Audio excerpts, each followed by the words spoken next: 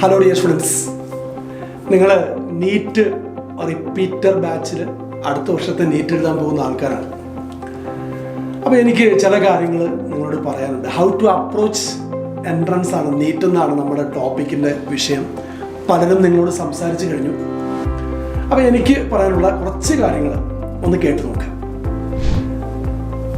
ആദ്യത്തേത്, നമുക്ക് 3 കാര്യങ്ങളാണ് ഇമ്പോർട്ടൻ്റ് ആയിട്ട് വേണ്ടത്.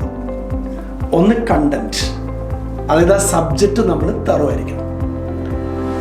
2 മെമ്മറി, നമ്മളത് ഓർത്തിരിക്കും. 3 കോമൺ സെൻസ്, അതാണ് ലാസ്റ്റ് പറയുന്നത്, കോമൺ സെൻസ് ആണ്. അപ്പോൾ കണ്ടന്റ് എന്ന് ഉദ്ദേശിക്കുന്നത് NCERT ആണ്. NCERT ആണ് നമ്മുടെ കണ്ടന്റ്, അല്ലേ? അപ്പോൾ NCERT തറവായിട്ട് വായിക്കുക, നന്നായിട്ട് വായിക്കുക. ഞാനെപ്പോഴും പറയും ലൈൻ ബൈ ലൈൻ വായിക്കണം. അതിന് വലിയ വിവരവും വിദ്യാഭ്യാസമൊന്നും വേണമെന്നില്ല. കാരണം ഞാൻ ഇപ്പോൾ 30 വർഷമായിട്ട് പഠിപ്പിക്കുന്നു. ഇതെൻ്റെ 30th ഇയറാണ്.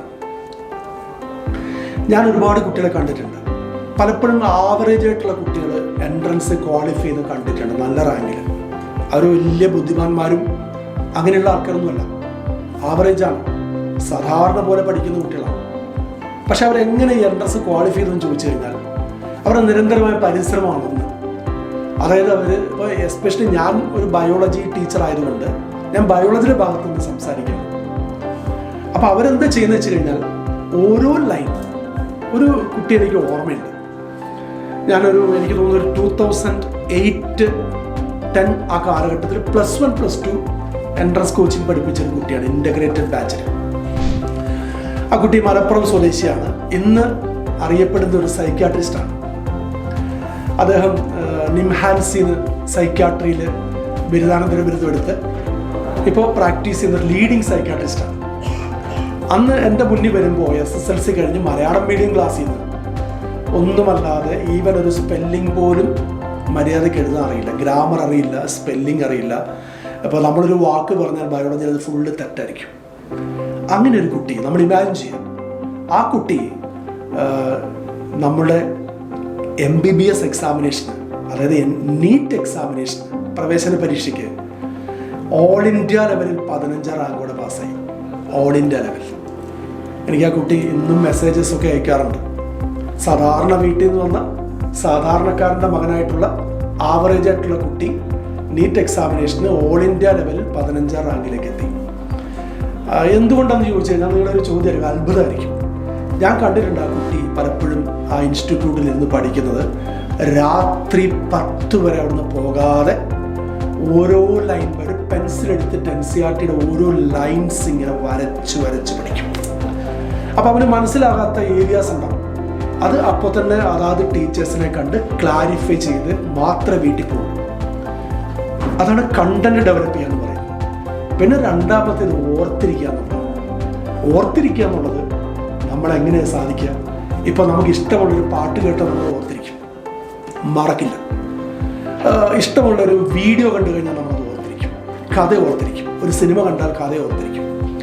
ചിലപ്പോൾ ഈ ബസ് പോയി നിർത്തുന്ന ഒരു ജംഗ്ഷനിലാണെങ്കിൽ നമ്മൾ തൊട്ടടുത്ത കടയിൽ നിന്നൊരു ബിറ്റ് ഓഫ് സോങ്ങേ കേട്ടിട്ടുണ്ടാവുന്നു, ഒരു ബിറ്റ് ഓഫ് സോങ്.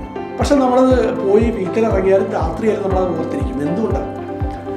അതിനോട് നമുക്ക് ഇഷ്ടമുള്ളത് കൊണ്ടാണ്, ഇൻട്രസ്റ്റ് ഉള്ളത് കൊണ്ടാണ്. മറിച്ച് നമ്മൾ ക്ലാസ്സിലിരുന്ന് 15 പ്രാവശ്യം കേൾക്കുന്ന കാര്യം ഓർക്കുന്നില്ല. അതെന്തുകൊണ്ടെന്ന് ചോദിച്ചു കഴിഞ്ഞാൽ നമുക്കതിനോട് ഇൻട്രസ്റ്റ് ഇല്ലാത്തതുകൊണ്ടാണ്. അപ്പം ഇൻട്രസ്റ്റ് എന്ന് പറയുന്നത് വലിയൊരു ഫാക്ടറാണ്. അതായത് നമ്മൾ നന്നായിട്ട് വൃത്തിയായിട്ട് പഠിക്കുന്ന കൂടാതെ അതിനോടൊരു താല്പര്യം വേണം. ആ താല്പര്യം വലിയൊരു ഫാക്ടറാണ്. ക്ലിയർ ആയില്ലേ? പിന്നെ 3 കോമൺ സെൻസ്. ഞാൻ ഈ കോമൺ സെൻസ് പറയുന്നത് എങ്ങനെയാണെന്നറിയാം? നമ്മൾ എൻട്രൻസ് ഹോളിൽ പോയിരിക്കും. അപ്പോൾ ഒരു ഒബ്ജക്റ്റീവ് ക്വസ്റ്റ്യൻ വന്നു, നമ്മുടെ കയ്യിൽ മുമ്പിലെ ക്വസ്റ്റ്യൻ പേപ്പർ കൊണ്ടുതരുന്നു. നമ്മൾ ആ ക്വസ്റ്റ്യൻ വായിക്കുന്നു. ഒരു ക്വസ്റ്റ്യൻ വായിക്കുമ്പോൾ എല്ലാ ചോദ്യങ്ങളും ഡയറക്റ്റായിട്ട് ചോദിക്കണം എന്നില്ല, അല്ലേ? നമ്മൾ പലപ്പോഴും ഈ കഴിഞ്ഞ എൻട്രൻസ് എഴുതിയ കുട്ടികൾക്കറിയാം, സ്റ്റേറ്റ്മെൻറ്റ് വൈസ് ആയിരുന്നു, കൺഫ്യൂസിങ് ആയിരുന്നു. അപ്പോൾ നമ്മൾ ഓരോ ഓപ്ഷനായിട്ട് വായിച്ചു നോക്കുക. ഓരോ ഓപ്ഷൻ വായിക്കുമ്പോഴും അത് എന്തുകൊണ്ട് ആൻസർ അല്ല എന്ന് കണ്ടെത്താനുള്ള കോമൺ സെൻസ് നമുക്ക് വേണം. ഇപ്പോൾ 1ാമത്തെ ഓപ്ഷൻ വായിച്ചു, അത് ആൻസർ അല്ല, അതെന്തുകൊണ്ട് ആൻസർ അല്ല. 2 വായിച്ചു, അതെന്തുകൊണ്ട് ആൻസർ അല്ല. മൂന്നാമത്തെ ആൻസർ ആണ്. അതെന്തുകൊണ്ട് ആൻസറായി? അവിടെ നമുക്ക് കണ്ടന്റ് വേണം, മെമ്മറി വേണം, അനാലിസിസ് പവർ വേണം. ഈ അനാലിസിസ് പവർ, അതായത് how to find out the answer, അത് കിട്ടുന്നത് നിരന്തരമായിട്ട് നമ്മൾ ക്വസ്റ്റ്യൻസ് ചെയ്യുമ്പോഴാണ്. നിങ്ങൾ ക്വസ്റ്റ്യൻസ് ചെയ്ത് പരിശീലിക്കണം. ഒരു ഡ്രൈവർ എപ്പോഴാണ് നല്ല ഡ്രൈവറാകുക? നിരന്തരമായിട്ട് വണ്ടി ഓടിക്കുമ്പോഴല്ലേ. മനുഷ്യൻ്റെ ഏറ്റവും വലിയ പ്രത്യേകത, ഒരു പ്രവൃത്തി, ഒരു വർക്ക് തുടർച്ചയായിട്ട് ചെയ്യുകയാണെങ്കിൽ അതിൽ എക്സ്പീരിയൻസ്ഡാണ്. തയ്യൽക്കാർ, അവരാ നിരന്തരം മെഷീൻ ഓപ്പറേറ്റ് ചെയ്യുമ്പോൾ അവർ നല്ല തയ്യൽക്കാരായിട്ട് മാറും. ഒരു വർക്ക് റിപ്പീറ്റ് ചെയ്യുന്നുണ്ടാണ്. ഡ്രൈവർ അത് കൂടുതൽ ചെയ്യുന്നതുകൊണ്ടാണ്. എന്ന് പറയുന്ന പോലെ നീറ്റ് പ്രിപ്പയർ ചെയ്യുന്ന ഒരു കുട്ടി എന്ത് ചെയ്യണം? നീറ്റിൻ്റെ ക്വസ്റ്റ്യൻസ് ആവർത്തിച്ച് ചെയ്യാം. അങ്ങനെ ആവർത്തിച്ച് ചെയ്യുമ്പോൾ നമ്മളതിൽ പരിചയസമ്പന്നരാണ് അല്ലേ? അപ്പോൾ തീർച്ചയായിട്ടും നമ്മൾ വേണ്ടത് കണ്ടന്റ് ഡെവലപ്പ് ചെയ്യുക, രണ്ടത് ഓർത്ത് വയ്ക്കാൻ ഒറ്റ വഴിയേ ഉള്ളൂ. അതിനോട് ഇൻട്രസ്റ്റോടുകൂടി അതിനെ അപ്രോച്ച് ചെയ്യുക, ഓർത്ത് വയ്ക്കുക. മൂന്നാമത്തത് ആവശ്യമുള്ള സമയത്ത് അത് ഓർത്തെടുക്കുക. മൂന്നാമത്തത് കോമൺ സെൻസ് ഉപയോഗിച്ചുകൊണ്ട് ആൻസറിലേക്ക് എത്തുക. ഇതാണ് ആദ്യത്തെ എനിക്ക് പറഞ്ഞുതരാനുള്ള ഫസ്റ്റ് ടിപ്പ്. രണ്ടാമത് ഞാൻ പറയാൻ പോകുന്ന ഈ ഒരു കാര്യം ലോകത്തിലെല്ലാവരെയും കൊണ്ട് സാധിക്കുന്ന കാര്യമാണ്. അതിന് പ്രത്യേകിച്ച് നമ്മൾ ഒരു വലിയ ബോൺ ഇൻ്റലിജൻ്റ് ആകണമെന്ന് യാതൊരു നിർബന്ധമില്ല. രണ്ടാമതായിട്ട് എനിക്ക് പറയാനുള്ളത് നിങ്ങളുടെ അംബീഷനാണ്. നമുക്കിപ്പോൾ ഒരു കാര്യം സാധിക്കണം എന്നുണ്ടെങ്കിൽ നമ്മൾ അതിനോട് സമീപിക്കുന്ന ഒരു രീതിയുണ്ട്. നിങ്ങൾ എൻട്രൻസ് കിട്ടണമെന്ന് ആഗ്രഹിക്കുന്ന കുട്ടിയാണെങ്കിൽ, ഞാൻ ഉദ്ദേശിക്കുന്നത് നിങ്ങളുടെ പേരൻസ് നിർബന്ധിച്ചിട്ടല്ല എങ്കിൽ, ആണോ സ്വന്തം ഇഷ്ടപ്രകാരമാണോ എൻട്രൻസ് പ്രിപ്പയർ ചെയ്യുന്നത്? കിട്ടണം എന്നുള്ള ആഗ്രഹം കൊണ്ടാണോ, അതോ പേരൻസ് കമ്പൽ ചെയ്തിട്ടാണോ? അത് ചിന്തിച്ച് നോക്കുക. നിങ്ങളുടെ ഇഷ്ടമാണെങ്കിൽ തീർച്ചയായിട്ടും നിങ്ങൾ അതിനോട് ആഗ്രഹം പുലർത്തണം, അംബിഷ്യസ് ആയിരിക്കണം. എങ്ങനെയാണ് ആഗ്രഹം പുലർത്തുക എന്ന് ചോദിച്ചു കഴിഞ്ഞാൽ, ഈ നമ്മൾ ബിയോണ്ട് സ്കൈ ആണ്. നമ്മൾ എത്രത്തോളം അതിനെക്കുറിച്ച് ചിന്തിക്കുന്നുവോ അത് ഒരു സ്വപ്നം കാണുന്ന പോലെ.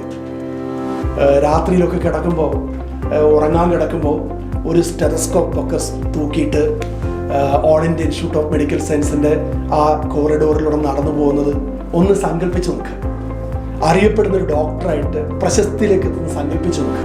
അങ്ങനെയാണ് ആഗ്രഹമെങ്കിൽ. അപ്പോൾ ആഗ്രഹം എന്ന് പറയുന്നത് വലിയൊരു ഫാക്ടറാണ്. ആൽക്കെമിസ്റ്റ് എന്ന് പറഞ്ഞ ഒരു നോവലുണ്ട്, പൗലോ കൊയ്ലോയുടെ. അതിലൊരു കാര്യം പറയുന്നുണ്ട്, ഒരു പക്ഷെ നിങ്ങൾ വായിച്ചിട്ടുണ്ടാവും. നിങ്ങളുടെ ആഗ്രഹം ശക്തമാണെങ്കിൽ ഈ പ്രപഞ്ചം മൊത്തം നിങ്ങളുടെ ചുറ്റും നിന്നിട്ട് അതിനുവേണ്ടി സാധിച്ചു തരും. ഇത് ഞാൻ എക്സ്പീരിയൻസറാണ്. എൻ്റെ പല കാര്യങ്ങളിലും ഞാനത് ഫീൽ ചെയ്തിട്ടുണ്ട്. ഒരുപാട് പേരെ എനിക്ക് അറിയുകയും ചെയ്യാം ഇങ്ങനെ സാധിച്ചെടുത്ത ആൾക്കാർ. ഞാൻ മുമ്പേ പറഞ്ഞ ആ സൈക്യാട്രിസ്റ്റ്, ആ കുട്ടി ഇതിന് ഏറ്റവും നല്ല ഉദാഹരണമാണ്. അപ്പം നമ്മൾ അംബിഷ്യസ് ആയിരിക്കുക എന്നുള്ളതാണ് അടുത്തത്. എത്രത്തോളം നമ്മൾ അതിനുവേണ്ടി നമ്മുടെ മനസ്സ് മാറ്റിവെക്കുന്നോ അത്രയും നമ്മൾ അത് കിട്ടാൻ അർഹനാണ്. ഓക്കെ, അപ്പം ഇതിന് പ്രിപ്പറേഷൻ വേണം. ഞാൻ മുമ്പേ പറഞ്ഞ പോലെ ആഗ്രഹിച്ചുകൊണ്ട് മാത്രമായില്ല, നിങ്ങൾ എത്ര സമയം ഇതിനു വേണ്ടി മാറ്റിവെക്കുന്നു അതും ഒരു ഫാക്ടറാണ്. അപ്പോൾ തീർച്ചയായിട്ടും ആഗ്രഹിക്കുക, സ്വപ്നം കാണുക, അതിലേക്ക് മനസ്സിനെ ശക്തമായിട്ട് നമ്മൾ അത്രത്തോളം ആഗ്രഹത്തോടു കൂടി അതിലേക്ക് അപ്രോച്ച് ചെയ്യുക.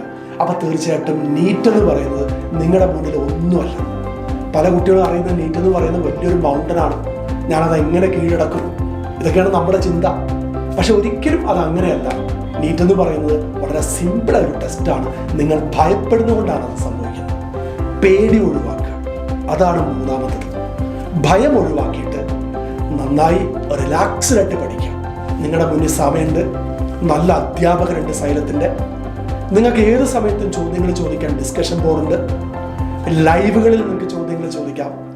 അറിയാത്ത കോൺസെപ്റ്റ് ഒന്നുകൂടി പറയൂ എന്ന് ചോദിച്ചാൽ പറഞ്ഞു തരും. അങ്ങനെ നമുക്ക് ഇഷ്ടംപോലെ സാധ്യതകളുണ്ട്. അത് മുതലാക്കുക. സാധ്യതകൾ മുതലാക്കാത്ത ഒരാൾക്ക് ഒരിക്കലും എൻട്രൻസ് കിട്ടില്ല. അപ്പം ഞാൻ റിപ്പീറ്റ് ചെയ്യണം ഒന്നുകൂടി. കണ്ടന്റ് ഉണ്ടാക്കിയെടുക്കുക, മെമ്മറി ഉണ്ടാക്കിയെടുക്കുക. മെമ്മറി എന്ന് പറഞ്ഞാൽ ആഗ്രഹം, നമ്മൾ അതിനോടുള്ള ഇൻട്രസ്റ്റ് ഉണ്ടെങ്കിൽ ഓർത്ത് വയ്ക്കും. ഞാൻ പാട്ടിൻ്റെ കാര്യം പറഞ്ഞില്ലേ. 3 കോമൺ സെൻസ് ഉപയോഗിക്കാം. സാമാന്യ ബുദ്ധി, എങ്ങനെയാണ് നമ്മൾ ഉത്തരത്തിലേക്ക് എത്തുക എന്നുള്ള സാമാന്യ ബുദ്ധി. അതെങ്ങനെ കിട്ടും? നിരന്തരമായ പരിസരത്തിലൂടെ കിട്ടും. ഇനി അവസാനം ഞാൻ പറഞ്ഞത് നിങ്ങളുടെ ആഗ്രഹം, അംബീഷൻ എന്നുള്ളതാണ്. അത് വേറൊരാൾക്ക് നിങ്ങൾക്ക് തരാൻ പറ്റില്ല. ഒരു പക്ഷേ എൻ്റെ വാക്കുകൾ കേട്ടിട്ട് നിങ്ങൾക്ക് ചിലപ്പോൾ അംബീഷൻ ഉണ്ടായി വരും. അല്ലെങ്കിൽ നിങ്ങളുടെ ഒരു മെൻറ്റർ അല്ലെങ്കിൽ നിങ്ങളുടെ ഒരു പേരൻറ്റ് നിങ്ങളെ നിരന്തരമായിട്ട് പ്രലോഭിപ്പിച്ചിട്ട് നിങ്ങൾക്ക് അംബീഷൻ ഉണ്ടായി വരും. പക്ഷെ അതൊന്നും ശാശ്വതമല്ല. നിങ്ങൾക്ക് ശാശ്വതമായ അംബീഷൻ കിട്ടണമെന്നുണ്ടെങ്കിൽ നിങ്ങൾ വിചാരിക്കണം, നിങ്ങൾ ആഗ്രഹിക്കണം. ഈ ആഗ്രഹം കൊണ്ട് നിങ്ങൾക്ക് കിട്ടിയിരിക്കും. അപ്പോൾ വരാൻ പോകുന്ന എൻട്രൻസ് എക്സാമിനേഷന് ഈ ചെറിയൊരു ടിപ്പ് നിങ്ങൾക്ക് സഹായമാകുമെന്ന് വിചാരിച്ചുകൊണ്ട് ഞാൻ ഈ വാക്കിലൂടെ അവസാനിപ്പിക്കുകയാണ്. എന്നും എപ്പോഴും സൈലത്തിൻ്റെ കൂടെ, നിങ്ങളുടെ കൂടെ ഞാനുണ്ടാവും, ബയോളജിയുമായിട്ട്. Thank you.